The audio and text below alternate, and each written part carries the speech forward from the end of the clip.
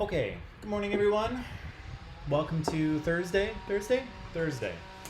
Um, I'm sorry for the background noise. There's some dude trimming the hedges or trimming the bushes across the way. There's not much I can do about it, but it's way too warm in here to close the windows, so hopefully it's not distracting to you. It's a little distracting to me, but there's not much I can do about it. So good morning. Ying is here. Good morning to you, Ying. Good morning, Cindy. Hello again, Karen. Hello again, or not again. Hello, Lim. Lily, good morning to you. Manish is here. Good morning again, Manish. Good morning again, Casey. Mashid's here. Hi, Mashid. Pearly's here. Good morning, Pearly. Tika's here again. Hello to you. And Jenna's here. Hello again, Jenna. And hello, Min. I hope you had a good day yesterday. I hope that you got some work done, or if you needed to rest, I hope you got a little bit of rest. Good morning, Adalbert. So today what we'll do is we'll review what we talked about on Tuesday with regard to Rome. Just to ask, is the sound okay? Like, can you hear that guy buzzing away in the background, or can you hear me okay? Or can you just give me a little, hey Aliana, can you just give me a little like thumbs up, or we can't hear you, or something like that, just so I know. Because yeah, for me it's quite loud, but I don't know what you're hearing. So today it's okay. So today what we'll do, again, we'll review what we talked about on Tuesday.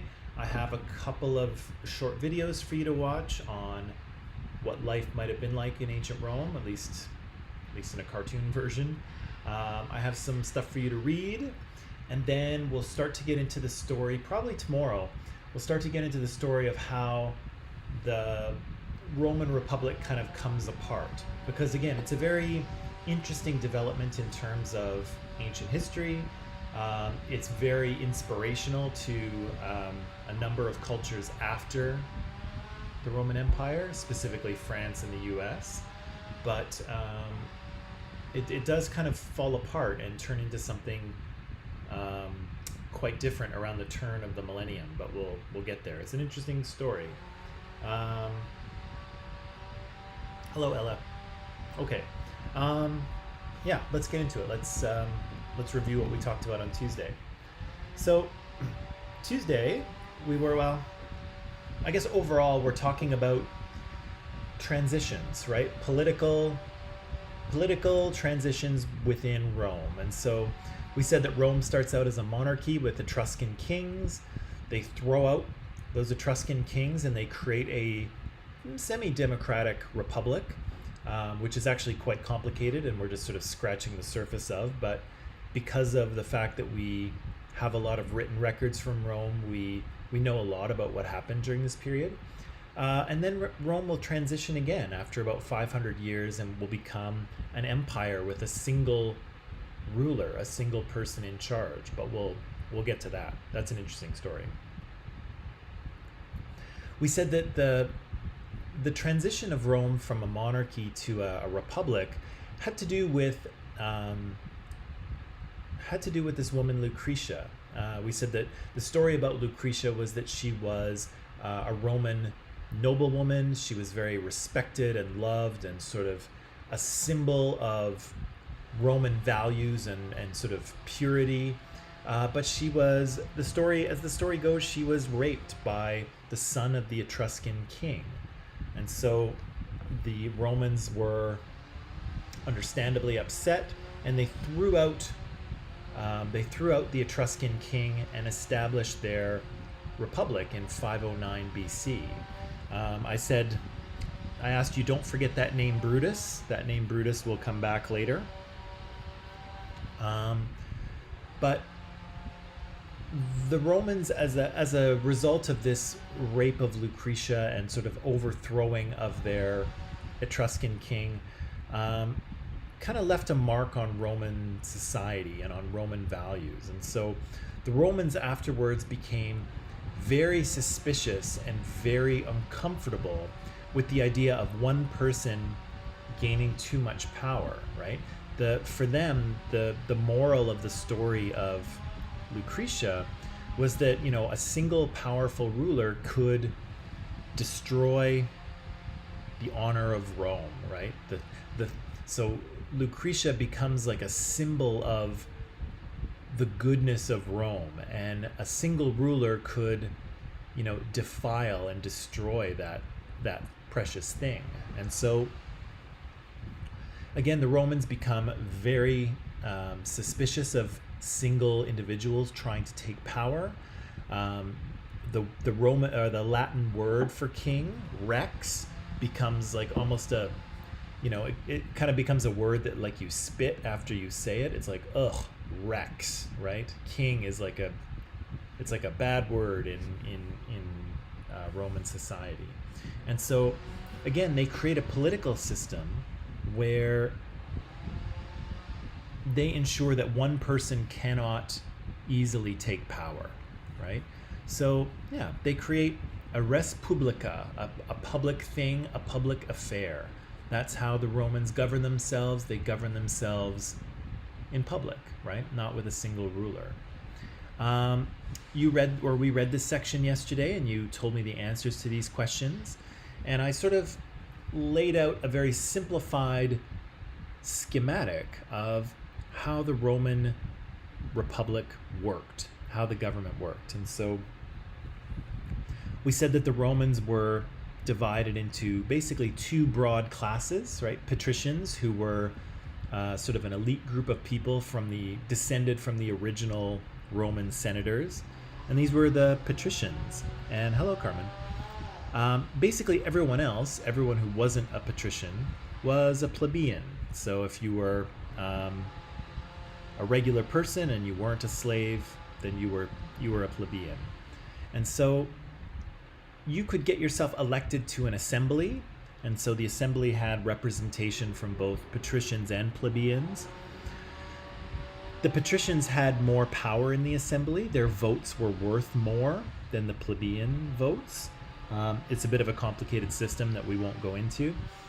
So it wasn't one person, one vote.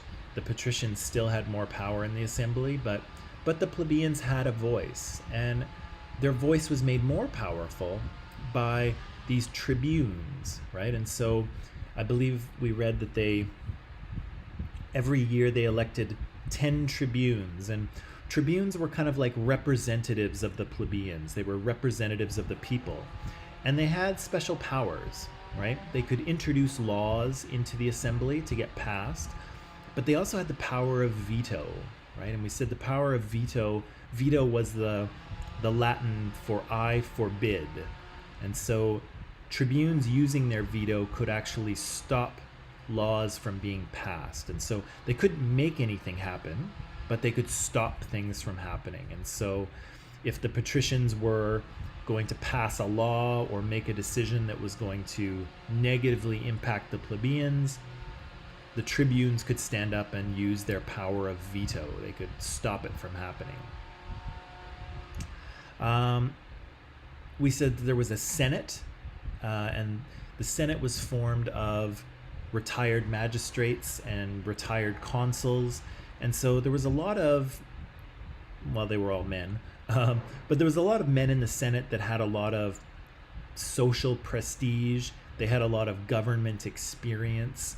And so there was a lot of, the Senate was very highly respected. And so the Senate, a big part of their job was to advise the consuls. And so, if the Senate asked you to do something or recommended that you do something, it would be a good idea for you to do it, right? Because again, there's a lot of prestige and experience and kind of social power in the Senate. And then there were magistrates, and we said magistrates were elected every year. And if you wanted to move up in Roman political society, there was this cursus honorum, right? There was this ladder that you had to climb in order to advance your political career. And so we said that if you were a patrician, and if you had served for 10 years in the military, you could try to get yourself elected as a quaestor, right? Which you can see manages financial affairs. And after that, you, if you were lucky, you could get yourself elected as an aedile. And maybe after that, you could get yourself elected as a praetor. And then maybe, if you were really lucky and really good at all those other jobs, you could get yourself elected as consul, right? And consul was sort of the highest office in Rome. It was very prestigious. You know, your family would brag about the fact that you were a consul for generations afterwards. But again, it was a difficult amount of power to acquire, right? You really had to work your way up. You know, you had to do 10 years in the military and at least 3 or 4 years in public office after that. And there were certain age requirements as well. So you couldn't be a praetor, for instance, unless you were a certain age. And so it was a difficult ladder to ascend, right? You needed experience, you needed age, you had to not die of anything in the process, which, you know, in the ancient world was always a possibility. You had to be elected, and it was a hard ladder to climb. And so really only a few people could become consuls. But I want to point out something to you here that maybe we didn't say on Tuesday, was that all throughout this structure of power here in the Roman Republic, you can see that it's important for... there's really no way for one person to have too much power, right?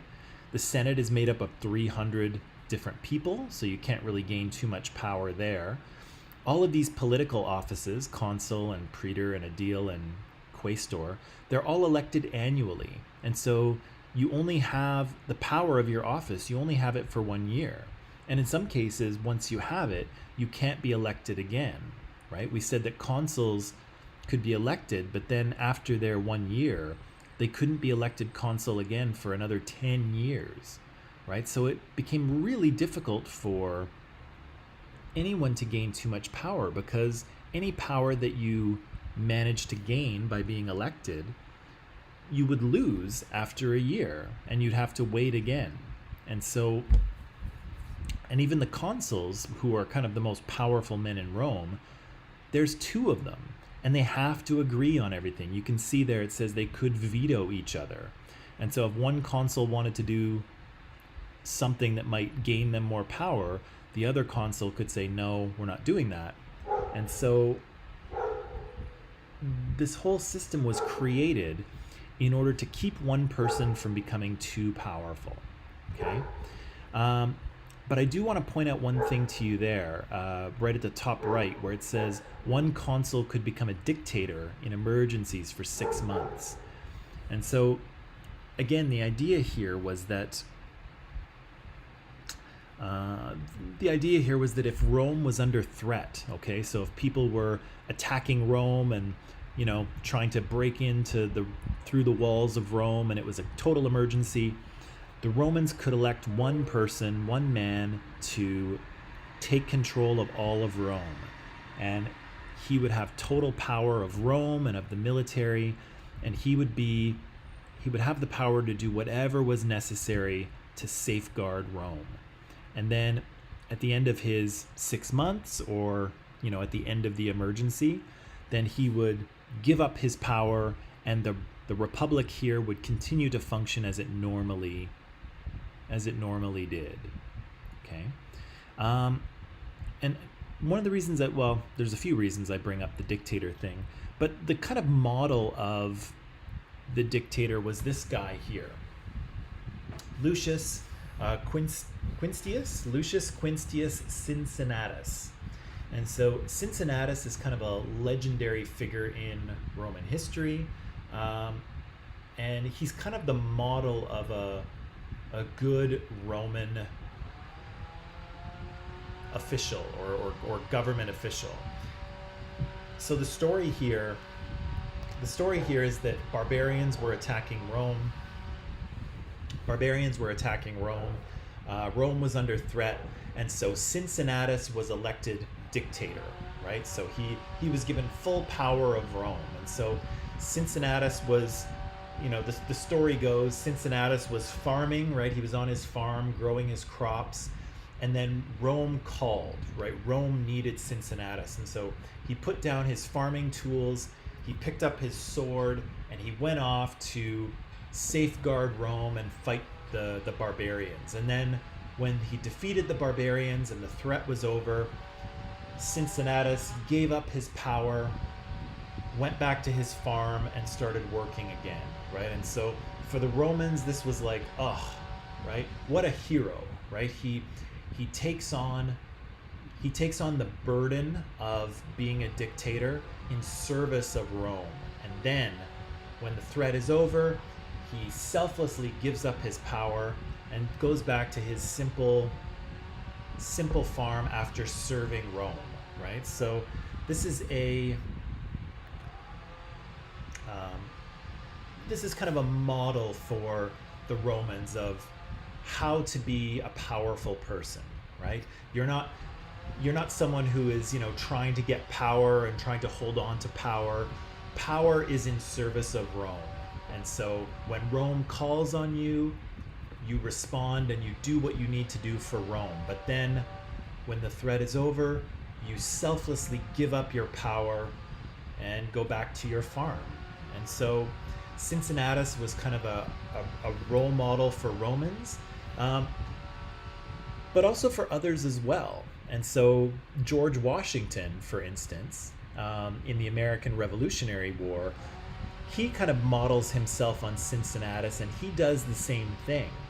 He leads the American military in helping to kick out the British, but then when that's done, he kind of pulls a Cincinnatus, and so he sort of goes into the US government and he says, I am giving up my power as general. And George Washington goes back to his farm and continues to farm just like Cincinnatus. And so, thousands of years later, we have George Washington, who becomes the first president of the United States. He's modeling himself after Cincinnatus, right? And so this kind of role model of the Romans translates all the way down to the founding of the United States. And so he's kind of an important figure for the Romans, but I guess also for the Americans. And if you've heard of the American city of Cincinnati, Ohio, Cincinnati is named after Cincinnatus, the Roman general, the Roman role model. Okay, so I just wanted to put this in here. This is just a very general map of the topography of Rome. And just in case you heard of hills, I know in the video we watched on Tuesday, they talked about the Palatine Hill or the Capitoline Hill. And these are just various, Rome is kind of a bumpy topography. And so there's a number of different hills that make up the geography around Rome. You can see the Tiber is the main river that runs through. And in sort of the older part of Rome, there are a number of hills. And so I just thought I would put that in there just so if you hear people talking about, the Tiber or the Aventine Hill or the Capitoline Hill, you kind of know that these are, hills that are inside Rome. Yeah. Okay, so after the Romans kick out the Etruscan kings in 509 BC and create their republic, Roman territory starts to expand, okay? And so at first, the Romans are fighting because the Etruscans are trying to take Rome back, and they do not succeed. So the Romans fight wars with the Etruscans and their allies for quite some time. And after that, they start to absorb city-states around Rome into themselves. And so you see we have a period of about, let's say about 200 years or so, where the Romans are pretty frequently at war. And so they kick out the Etruscans, they manage to maintain their independence from the Etruscans, and then eventually they start to take over and absorb other city-states and other cultures throughout Italy. And so eventually the Romans will conquer the Etruscans and kind of absorb them into into their civilization. And so as you can see here, by about 275, so about 200 years after the Republic is created, most of Italy is under Roman rule. But of course, it doesn't stop there. Like I mentioned, the Romans are very suspicious of their neighbors, right? They're always worried that their neighbors are going to attack them, and so they often attack their neighbors first. And so here you can see that the Romans were fighting wars with the Macedonians, and so this is sometime after Alexander the Great, right? So in around 300 BCE, Alexander the Great is going to come out of Macedonia and conquer Greece and Persia and Egypt and go all the way to India and sort of tangle with Ashoka, if you remember that. That's all going to happen around the 300s, 300 BCE. But shortly after that, the Romans will fight some wars with the Macedonians. And they'll also engage in wars with Carthage. And so these are called the Punic Wars. And so there's a lot of detail around the Punic Wars. If you've heard of Hannibal, Hannibal is a Carthaginian general from North Africa. And so he kind of figures into Roman history as the Romans fight Carthage not once, not twice, but 3 times. In one case, Hannibal attacks Rome itself, and he marches his army all the way over the Alps with a bunch of war elephants, if you can believe it. It's quite a story. And so the Romans have to deal with Carthage throughout the kind of 200s BC. But as you can see, by 146 BCE, they have defeated the Carthaginians. They destroy Carthage. They burn the whole city to the ground. Carthage, by the way, is in North Africa. It's in modern-day Tunisia, if you want to know where it is. And so by 146, this kind of puts them in charge of major portions of of the Mediterranean. So this map is a little bit later than 146 BCE. But again, by 146 BCE, the Romans have taken charge of Italy, which you can see there kind of in the middle. They've been able to conquer parts of Macedonia. They've conquered parts of North Africa. And as you can see by this map, their reach is only going to continue to expand. Okay. But the problem for the Romans is that they're not going to really foresee the consequences of all of this military conquest. And so the Romans, the Romans are going to, take over more and more and more territory. And as I mentioned, they take it over because they're suspicious of their neighbors, but they also take it over because it makes them wealthy, right? If you march into another land and you conquer it, that means you get all of their stuff, right? You get to keep all of their stuff, but you also get a province, and the province you can tax. And so the more provinces you have, the more taxes you can have, and all of that money can flow back into Rome. And so for Rome, their military conquest is a little bit of paranoia about being attacked, and sometimes they justify it that way, but it's also about money. And so war makes generals wealthy, it makes soldiers wealthy, and it makes Rome very wealthy. And so the Romans start out on the defensive against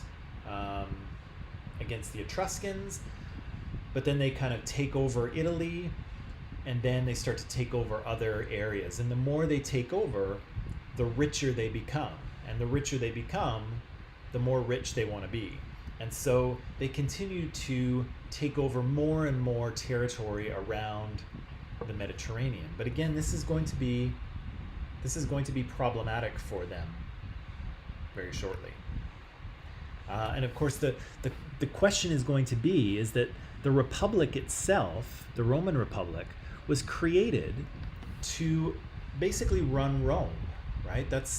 It was a political system created to run the city of Rome and maybe the area around it. But as Roman territory gets bigger, it becomes more difficult to control and administer this really large territory that's under Roman control. And so the Roman Republic kind of starts to crack and strain because it's difficult to control this large territory. And especially remember that there's really no way to communicate, right? So again, if the Romans take over Macedonia, for instance, which is all the way in northern Greece, the only way to give commands to Macedonia or to figure out what's going on is to send a letter, right? And if you send a letter, you have to send a guy to carry the letter all the way to Macedonia. And so getting a message to Macedonia and back, can take weeks, right? And so it's very difficult to control large areas of land in the past because communication is so difficult, right? Nowadays we're communicating over huge distances right now instantaneously. But in the past, it took weeks and weeks just to send, simple commands from one place to the other. So the Roman Republic is going to struggle with trying to control this huge area of land. But they're also going to have some internal struggles as well, but we'll get to that shortly.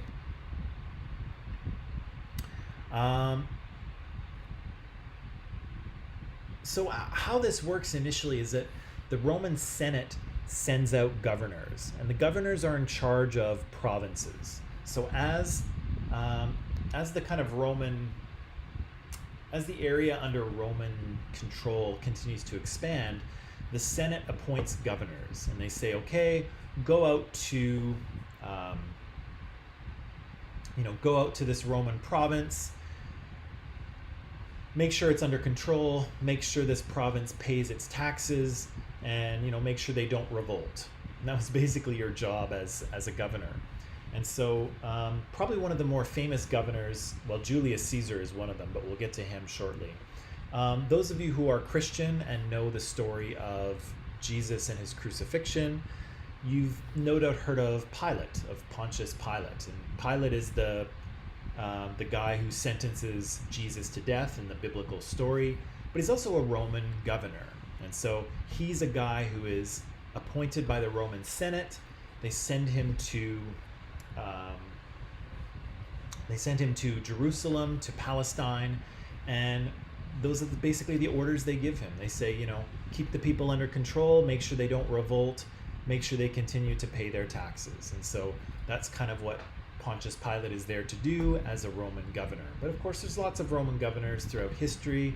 They're all throughout the Mediterranean world, and they sort of control these Roman provinces that get created. But as time goes on, the desirability of being a governor becomes very high. So men who want to make a name for themselves in Rome often fight over being a governor, because if you are a governor, you can enrich yourself, right? You can gain political and social prestige, social respect, and you can actually make yourself rich, because the Romans don't really care too much what governors do as long as the people don't revolt. And so there's a real ability for some governors to abuse their power and to make a lot of money governing provinces. And so there's, again, it becomes very competitive trying to become a provincial governor, because you can win glory, you can win respect, and you can make yourself pretty rich if you can get yourself appointed as the governor of a Roman province. Okay. So that brings us to a couple of videos which I would like you to watch. And so I'm just going to go back here. So I've just posted the links to those in Microsoft Teams. So there's 2 videos, and I've got maybe 3 or 4 questions for each one. And what the videos are about is they're animated and they're kind of cute, but they give us a little bit of an idea of what it was like to live in Rome, particularly for young people. And so the first video is kind of the experience of young boys and young men living in ancient Rome, although the videos are talking about Rome a little bit in the future of where we are, but that's okay. So what the experience might have been like for young men living in ancient Rome. And then the second video is more from a girl's perspective or from a young woman's perspective. And so we get to see a little bit of what their life might have been like living in the household in ancient Rome, and yeah, what their experience might have been like. So what I'll do then is maybe I will turn you loose to watch those 2 videos. So in Microsoft Teams, the links for both of them are there, and the questions are there as well. And it's about 15 minutes of video. So what I'll do is I'll ask you to come back in about 20 minutes. Okay, so come back in 20 minutes and we'll talk about, well, let's see. Okay, watch the videos, then take a 10-minute break because we'll be at that point anyway.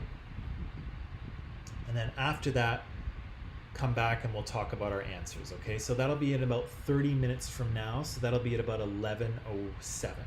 Okay, so I'm going to turn you loose. Go watch the videos and enjoy them. They're kind of cute, but try to think about what it might have been like to live in that city in those ancient times based on what these videos tell you. Okay, so watch the videos, answer the questions, take a break, come back here at about 11:08 or so, and we'll review what we've learned. Okay, so I'll see you in just a bit. Enjoy.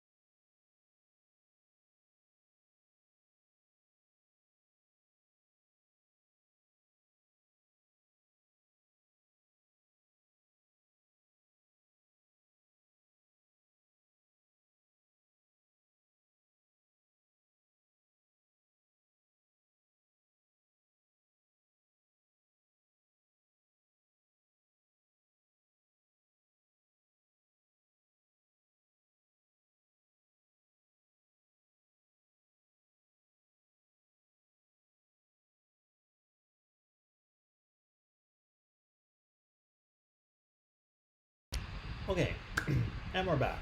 So, 2 videos, little break, and we're ready to go. So as you saw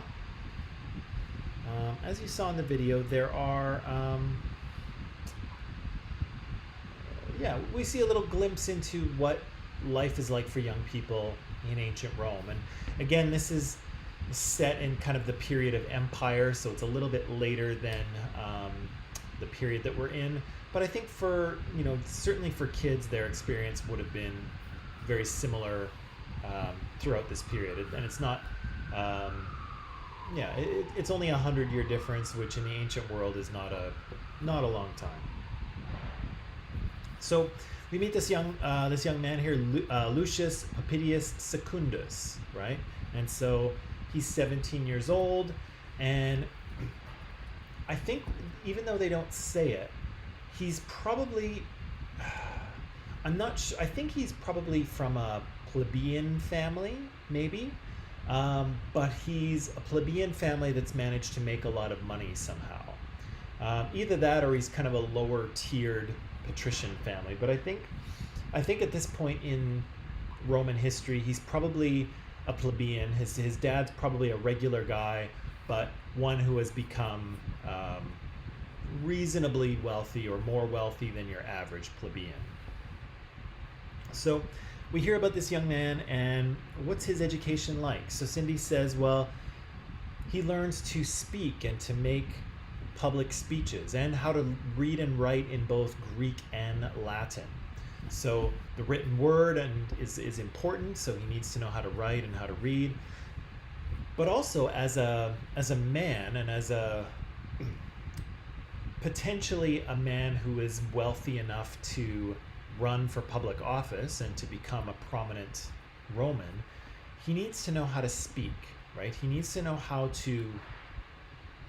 he needs to have skills about rhetoric, right? He needs to be able to debate with opponents, and he needs to be able to argue for things. He needs to know how to think critically and construct arguments. Ding ding, right? We should remember that. So in addition to basic literacy, his skills are going to be how to debate, how to argue, how to construct arguments, how to take apart other people's arguments, because in a democratic society, those are important skills, right? The ability to debate with others means that you can get things done that you want to get done by convincing other people that they should be done, right? That's an important skill for people in a democratic society, right? Curly says, he learns to speak, right? So that's public speaking and rhetoric and critical thinking, reading and writing in Latin and Greek, and and his father teaches him some physical things as well. So running and swimming and fighting, right? So if he chooses to enter the military and do 10 years of military service, Lucius is going to need to know how to use a sword, right? And so his father is going to teach him that. Speak well and write. Okay, we got that. Good. And Karen says, learn Latin and Greek, how to fight, swim and run, how to read and write. And business dealings as well, right? So his schooling is not just limited to the classroom, right? At this point in his life, he's about 17 years old. He seems to be kind of following his father around, right? And so he'll be able to watch his father do business, watch his father conduct himself in Roman affairs, and kind of learn from that process, right? Learn from that, learn from his father's activities, right? So there's some formal training that he goes through, reading and writing and rhetoric, the 3 R's, but he'll also participate with his father in business, and he'll learn his father's trade, he'll learn how his father conducts business, and he'll pick up skills that way too. Okay. Hopefully I didn't answer this already, because sometimes I do that, but what's the role of Lucius's father? What's Lucius's father responsible for?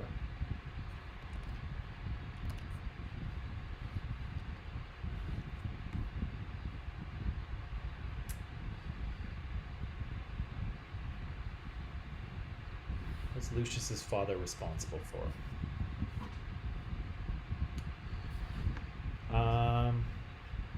Okay, so Cindy says teaching him to run and swim and fight, right?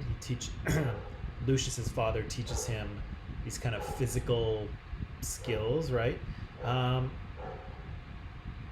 Also serves as his sort of business advisor and does business deals for him until he turns 25. And also arranges his marriage, right? I don't think this has come up yet, but for the Romans, the father is really the head of the family. He's the pater familias, the sort of main, like the family father. And so he's very much in charge of the household. He's in charge of his wife and his sons and his daughters. And he kind of has full power within the house. And so Roman fathers are very, very important within the family. And what they say goes, right? And so for Lucius here, his father will help to educate him, help to teach him about business and the way of the world. But his father will also be responsible for doing business deals and for arranging his marriage as well, right?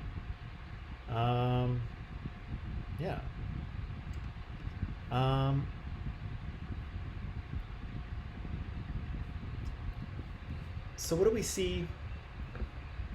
What do we see Lucius? Okay, and Karen says teaching him how to fit in to society as a man from a higher class. Yes, so that's part of it as well, right? Is that Lucius's father will help kind of socialize him, right? Will train him in how to conduct himself in Roman society and in the sort of society of men, right? In the Senate or in the law courts or debating things in the forum. Those are things that Lucius's father will teach him. Yeah, so what do we see Lucius do in the course of a day here? Young Lucius Papitius Secundus. While you're punching that in, Romans usually have 3 names, okay? They start off with 2, but they pick up a third one. So Lucius is his given name, right? That's his first name, Lucius. Usually the same as his father, but not always. So Lucius is his first name. Papitius is his original surname, okay? And so that would have been his last name in the past, but as sometimes happens in societies, as they sort of grow, soon there's too many Papitiuses. The family is too large, and so they stick another name on the end to kind of divide up these larger groups, because you can't have everyone in society with the same last name. And so Secundus gets added on later on. But most Romans by the time of the Republic have 3 names. And so Lucius is his first name that everyone calls him, but Papitius and Secundus are also part of his name as well. So what does he do during the day? Casey says that they go to the market, right? So we see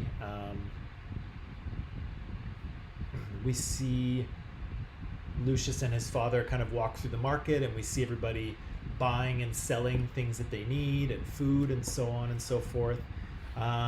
We see them kind of tour the forum, right? So his father and Lucius and his father walk through the forum, and they see all these statues of great Romans and sort of Roman gods and Roman heroes. And so it's a little bit of a cultural lesson about who and what Rome is and what it means to be a good Roman. All of those things are symbolized in the forum in the center of Rome.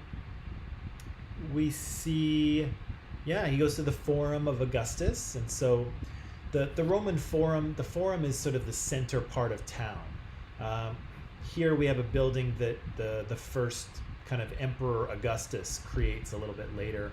Doesn't exist in Republican times, but that's okay. But they do go to the Forum. They see lots of statues. They talk about, great Romans and Roman history.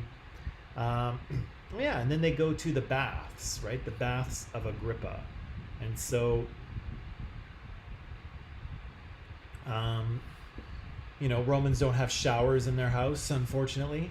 They have these large public bathhouses. And so we see Lucius and his father and probably some of his father's friends. They go to the baths, they wash, they get cleaned, they get massaged, they get oiled down and sent on their way, right? So they're nice and clean and shiny and oiled and ready for the evening.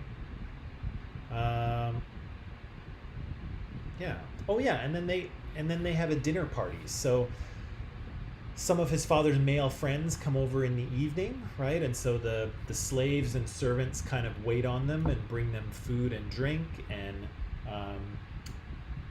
these Roman guys lay around on these couches, much like a Greek symposium, and they talk and joke and drink and eat. Lucius and his younger brother seem to have a little too much to drink, and so they wind up throwing up a little bit. But even though they're quite young, they're included in those activities, right? And it's probably worth noting that Roman society was probably quite a bit younger than most of our societies are, right? People didn't tend to live as long in the ancient world, right? People probably wouldn't make it 60 years old, would probably be really, really old in the ancient world. We see lots of babies and children die before they become adults. And so, Roman society was probably on average younger than most of our societies, right? But yeah, we see all those things happen, right? And then, yeah, we see all those things happen. Okay, this is what I'm curious about. What do you think? What do you think the best or worst part of being 17 years old in Rome might be? What do you think? I'm curious. I know this is just a cartoon, but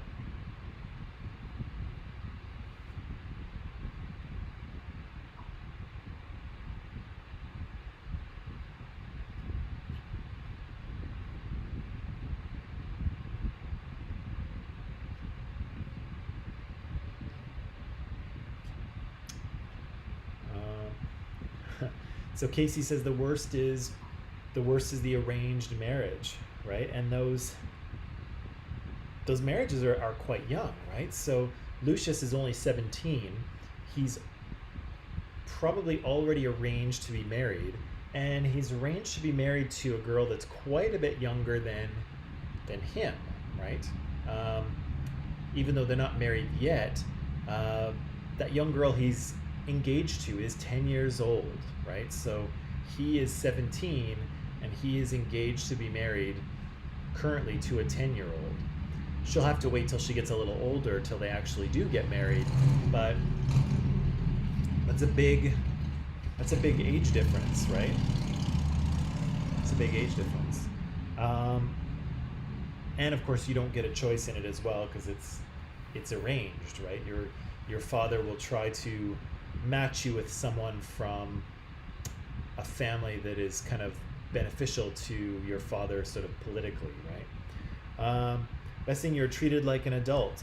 Yeah, for the most part. I mean, Lucius is mostly an adult. I mean, he's allowed to drink and he accompanies his father to the Forum, and he can join the military and go off and fight for Rome. But it's very possible that he might be married to someone that he doesn't like, or someone that is significantly younger than him and might not,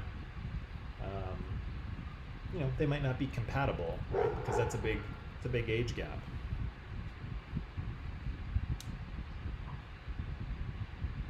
Jimmy says arranged marriage is something bad because marrying someone you haven't met will make life more difficult.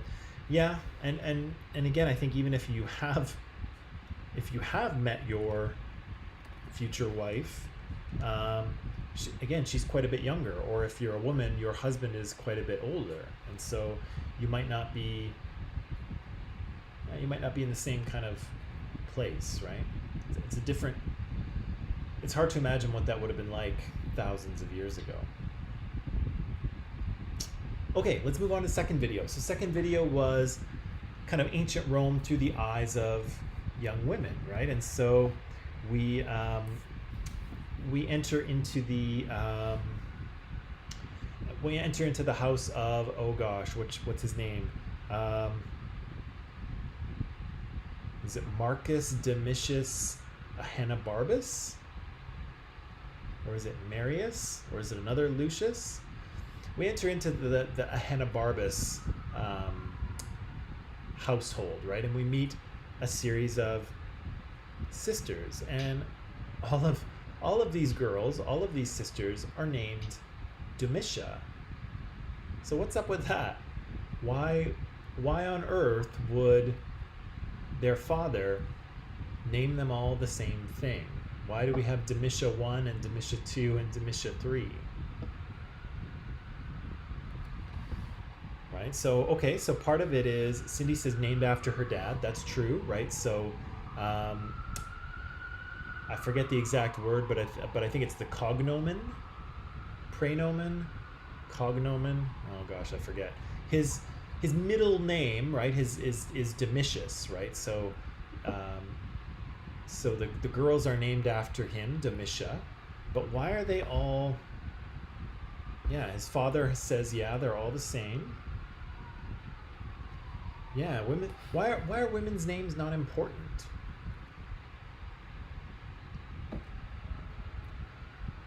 Why are they so unimportant that these women just all get the same name? Domitia, Domitia, Domitia.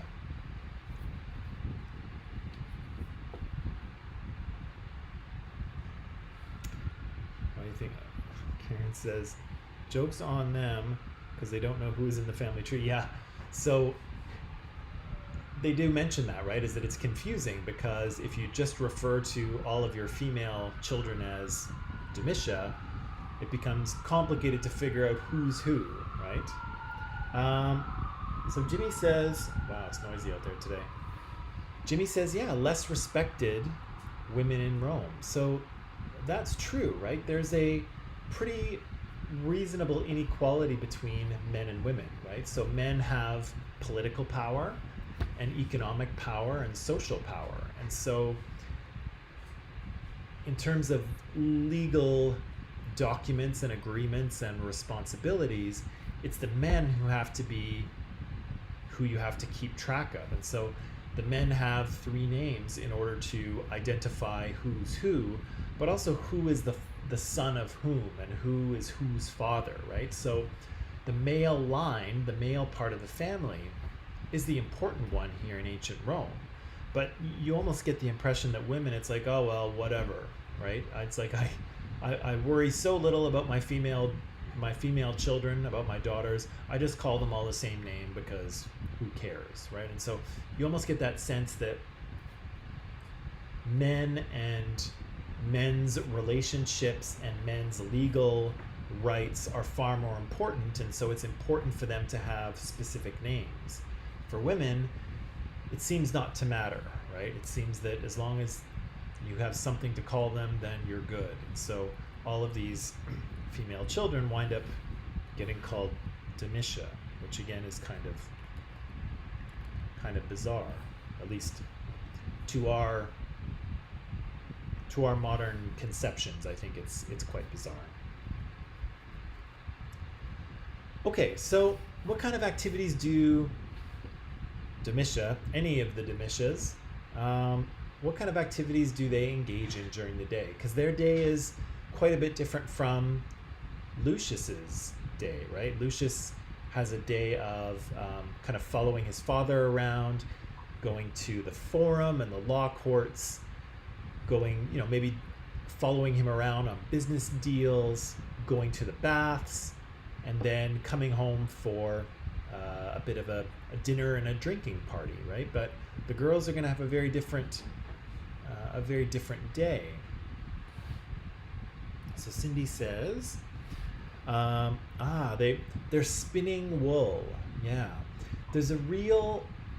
They mentioned this briefly in the video, but there's a real kind of cultural ideal that for the Romans, that there's something very kind of pure and noble and feminine about spinning wool, right? And so for a woman to sort of be in the house spinning wool it's kind of like what a good woman does. A good woman stays home and spins wool. So it's kind of a cultural ideal, I guess. But we do see, some of the women can spin wool, and there's a loom in the front room to do that. They go to the baths in the morning. Yeah. So for the most part, women and men bathe separately. The women go first while the men are taking care of business and are in the forum and the law courts and things. The women go to the baths and get cleaned up first, right? Casey says they go to the atrium and make wool. Yes, they go to the baths in the morning to avoid the men. Yep. And they don't go places where men are, right? So the law courts, the Senate, the forum, the assembly, all of those are kind of the world of men, right? The world of the economic and the political. That's where men are. And so women aren't really welcome there, right? That's the political and the economic and the business. That's the world of men. For women, their world is domestic, right? It's the home, it's the baths in the morning, but also in the porticos, right? They talk about the porticos a little bit. And so these are kind of areas with, they're outdoor areas, but they have a roof kind of over their head. So you can walk along and you can stay in the shade. You can enjoy, the gardens, and they'll have, beautiful flowers and statues and maybe fountains and things. So it's kind of like women sort of go for walks in these beautiful little parks and portico areas. They get all dressed up nice. I think Casey mentions that Domitia 1 is betrothed, right? So she's engaged to marry Philetus, right? Who's a 19-year-old. And so she wears all of her jewelry and sort of walks around and enjoys herself in the afternoon, and of course demonstrates that she is engaged to Philetus because of all of the jewels that she's wearing, right? So weaving, visiting relatives, and then the girls will eat as well, but they won't go to the same dinner party as the guys go to, right?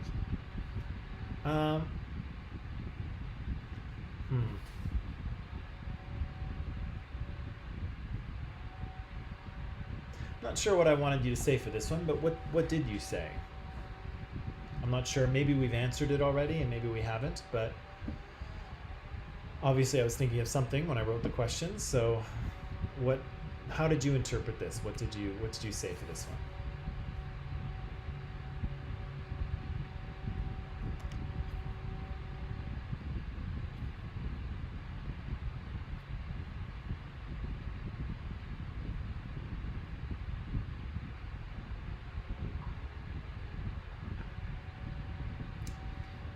Okay, so girls are not permitted to fight, right? So there's no military training or military participation for girls, right? Girls belong in the home, giving birth and raising children, or in the porticos and the gardens, right?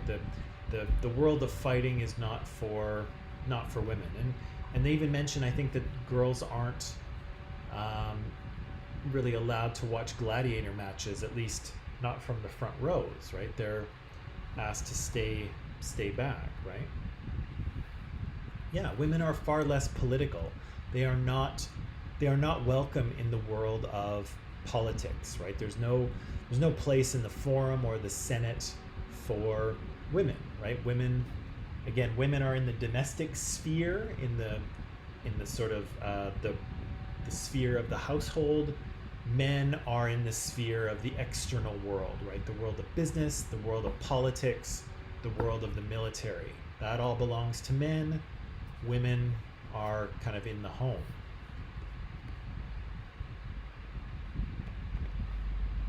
Yeah, maybe that's what I was thinking of for that one. And the last one is, what do you think would be the best or worst part of being a young girl in Rome?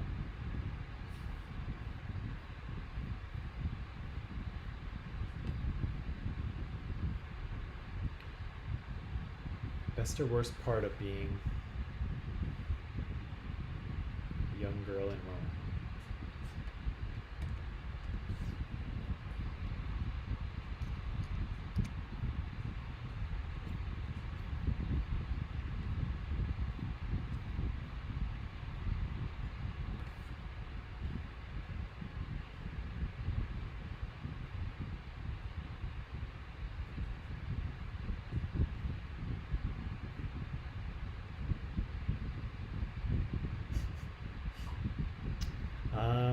So Casey says, yeah, having children at a young age is the worst. Yeah, so excuse me.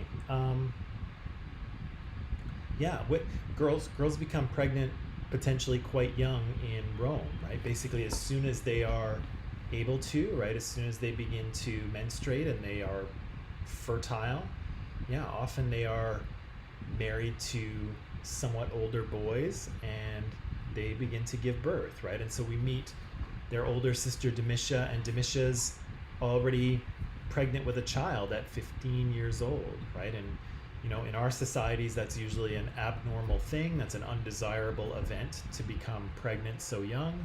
But for the Romans, it seems that it was commonplace, right? As soon as you were old enough to have children, you started having them, right? Yeah, versus having children and marrying at a young age. Yeah, so that's not good. So all of you girls who are watching this, if you were alive in ancient Rome, you would almost certainly be, if you weren't dead, you would certainly be married. And you would probably at least have one, maybe two children by now already. And of course, your marriage would have been arranged as well, right? Your father would have made an arrangement with the father of another family, and you would be married to someone who hopefully you like, but no guarantees there, right? So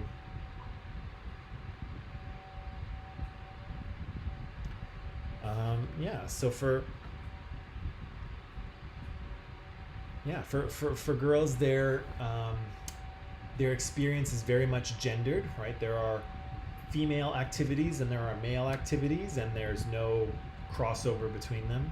And again, things happen at a very young age, right? These both boys and girls are kind of moved into adulthood fairly soon, and they're moved into adulthood fairly soon. And the other thing that's probably worth pointing out here is that the stage of life that we think of as adolescence or being a teenager, that's a fairly new, at least in the West, I can't speak for everybody's culture here, but in the West, that's still a fairly new concept. In most of the ancient world, and even the early modern world, there really wasn't such a thing as a teenager. You kind of went from being a child right into being an adult. There was no kind of in-between phase. I think often now we think of, okay, you're a child, and then you get to about 12 or 13 years old, and then you're a teenager, and then maybe until 18 or 19 or 20 or whatever you think, then you become an adult. So being a teenager or being an adolescent is kind of an in-between phase. But in many cultures, and certainly in the ancient past, there was no such thing.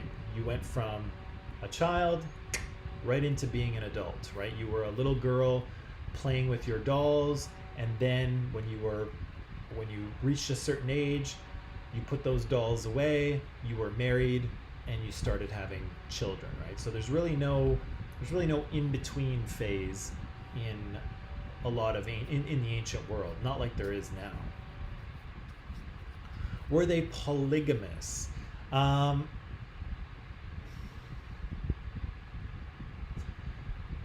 Traditionally, I would say no.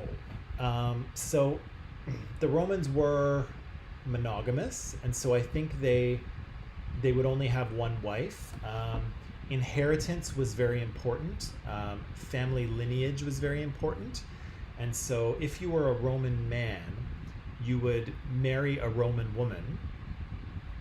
She would have your Roman children, and then they would be, they would stand to inherit things from you.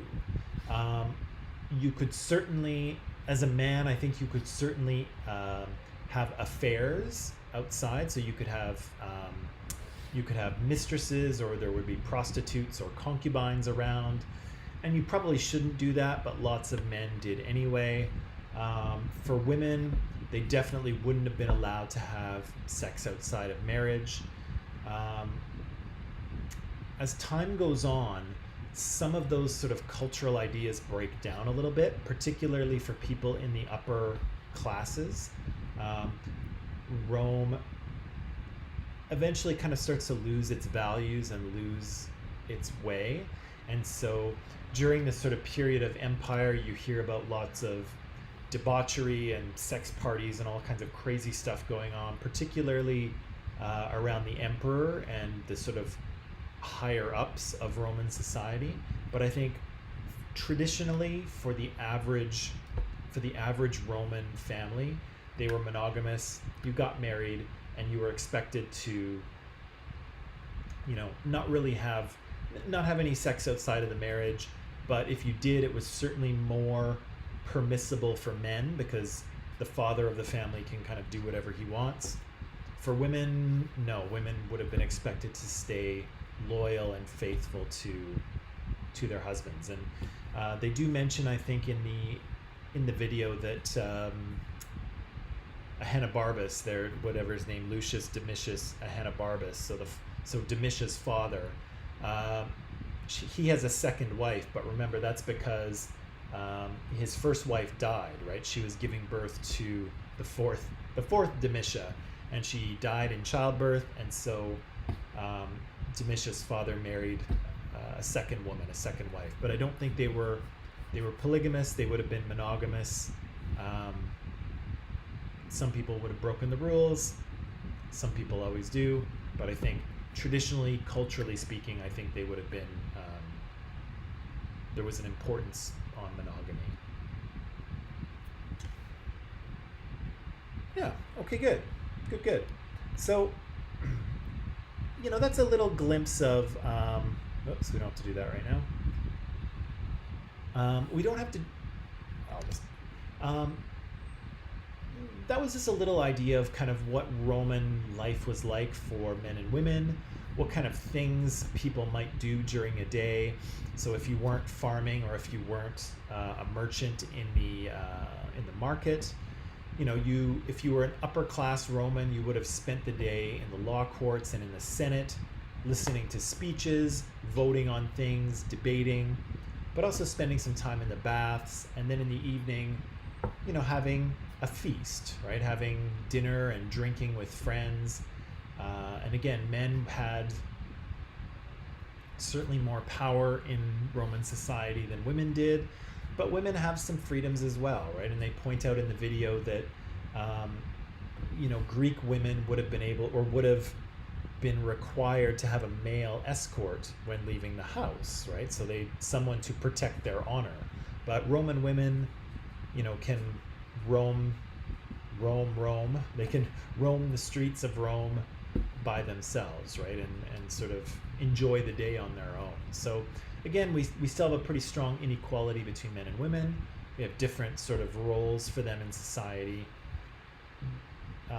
And we have them kind of being married and starting their families young. But again, I think because people died younger than they do today, and because so many young children died,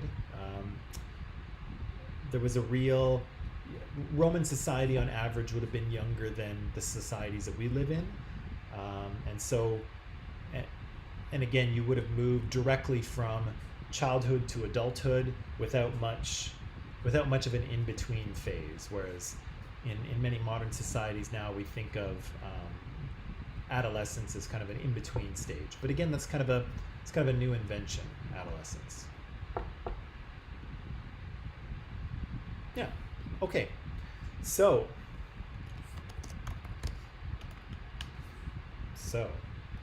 questions, things you want to ask, things you're curious about, things you want to say. It's too bad that we can't get into a little more of this. Again, we know a lot about Roman history because there's so much written. I took, I think, two or three classes at university just on Roman Republic, and it was really interesting. It was quite a story. The prof that I had was quite a storyteller. But yeah, it's too bad we can't get too deep into it, but I guess that's the nature of this course, right? Is that we just don't have all the time in the world to devote to these things. But yeah, are there any questions or concerns or statements?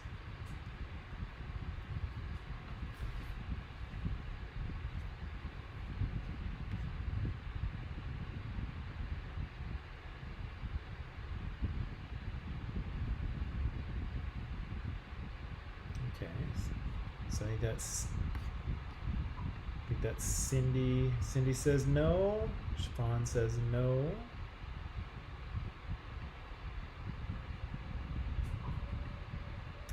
Carmen says no.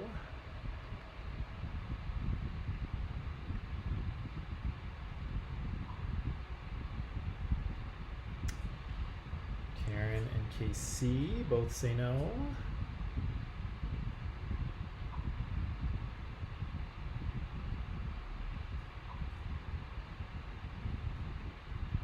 Adalbert and Mashid say no. Okay. All right. So maybe I'll leave it there. Come back tomorrow. Jimmy's good too. Come back tomorrow and we will talk a little bit about Julius Caesar and how this sort of Roman Republic, this sort of inspirational form of government and inspirational period for later history, starts to kind of fall apart and descend into war and bloodshed and chaos. So lots of awful stuff coming tomorrow, but we'll deal with that then. So that's all for today, people. Thank you for participating. You did a good job, and I'll see you tomorrow on Friday. So have a nice afternoon. Bye.